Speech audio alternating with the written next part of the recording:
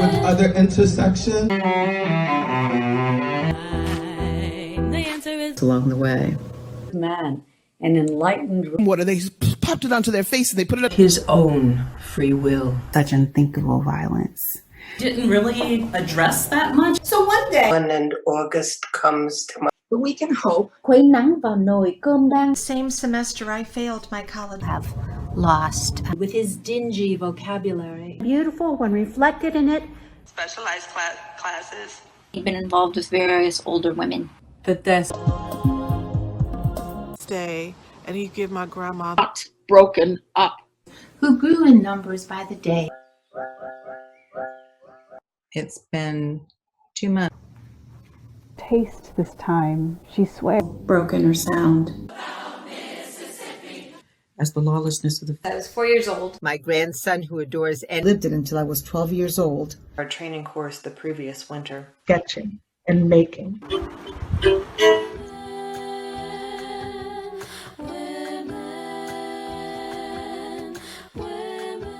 After writing hundreds of government reports, Lorelei Brush retired and stepped into the glorious freedom of writing fiction.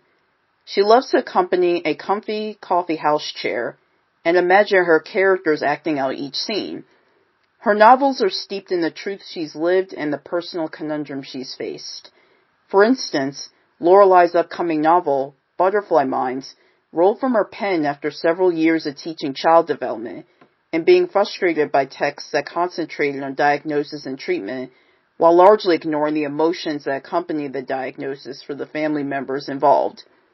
In addition to her career work with Head Start and primary education in developing countries, Lorelei's personal experience from raising a son with multiple neurological differences. Hello, my name is Lorelei Brush, and I'm a writer working here with 1001 artivists. And I want to talk a little bit about why I write the books I write. I worked for years in international development and had a marvelous time.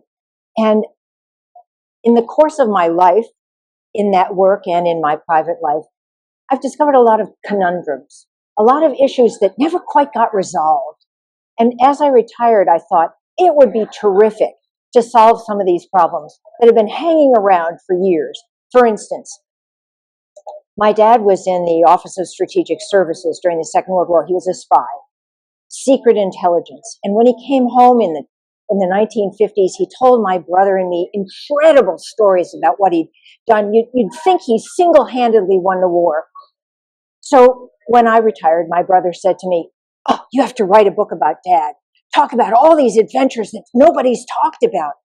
So I went to the National Archives and I spent 6 months researching where my father was for each of the months he was abroad. And he was a captain, so that he had a high enough rank. He was often mentioned. And everything he told us when we were children was a lie, start to finish. So instead of a book about spy thriller kind of book, what was I going to write? And I'm thinking the quandary here is, why did he feel it necessary to lie? I mean, what was he trying to show us that he couldn't show us through the living of his life?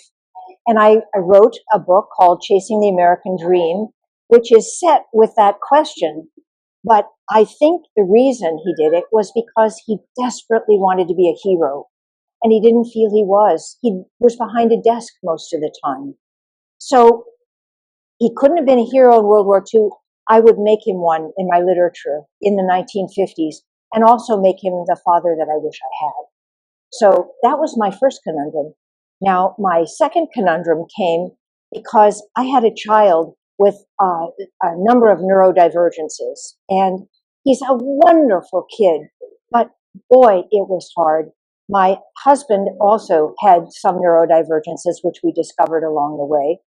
And his view of it was, oh my God, even my genes are failures. He couldn't adjust. He didn't want to move with it. He didn't want to work with it. And me, I got a divorce.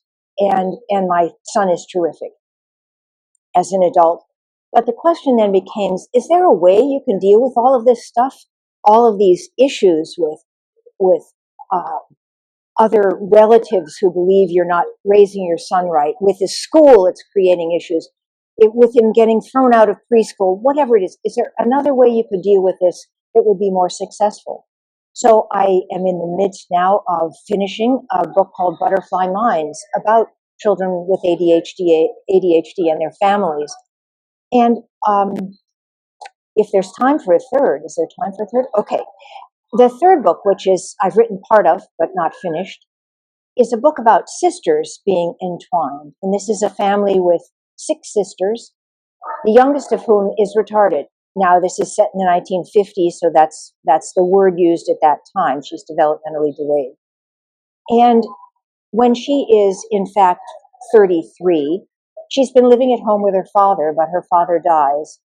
And now it's time for somebody else to take charge of her. And this is a question of what happens when all of those women come together. Well, I have too many children now, I don't have room for her. Well, I have a career and I can't, and how do they work as a family so entwined around this one sister? And they decide at one point she's going to have to go into a state home. Nobody can take her. She does, and she deteriorates. Well, in the case of my mother's sister, in fact, she became a human vegetable and she died. Sort of neglect, being unloved. I don't want that to happen. So in writing this book, I'm writing what might have happened as she goes into this hospital, discovers friends, and they move out of the hospital together as a group into a group home. So for me, it's like resolving things that have been hanging around in my past.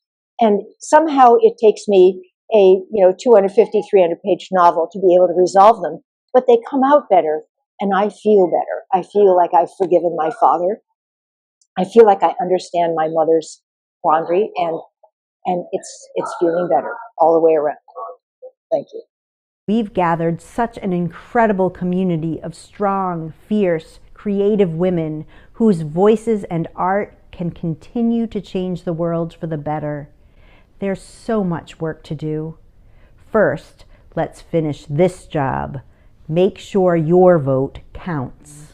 Help us sustain and grow this beloved community by donating money, volunteering time, or by telling your friends about us.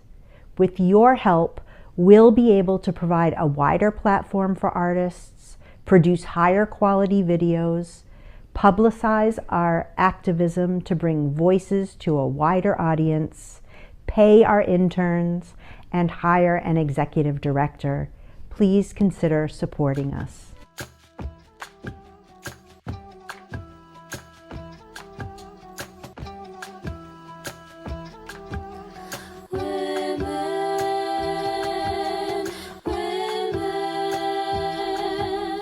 Women write the story of our world every day. Listen and your heart may open up. If ever you feel frightened of our world that's washed away, a mother is a mother, come to us. Women.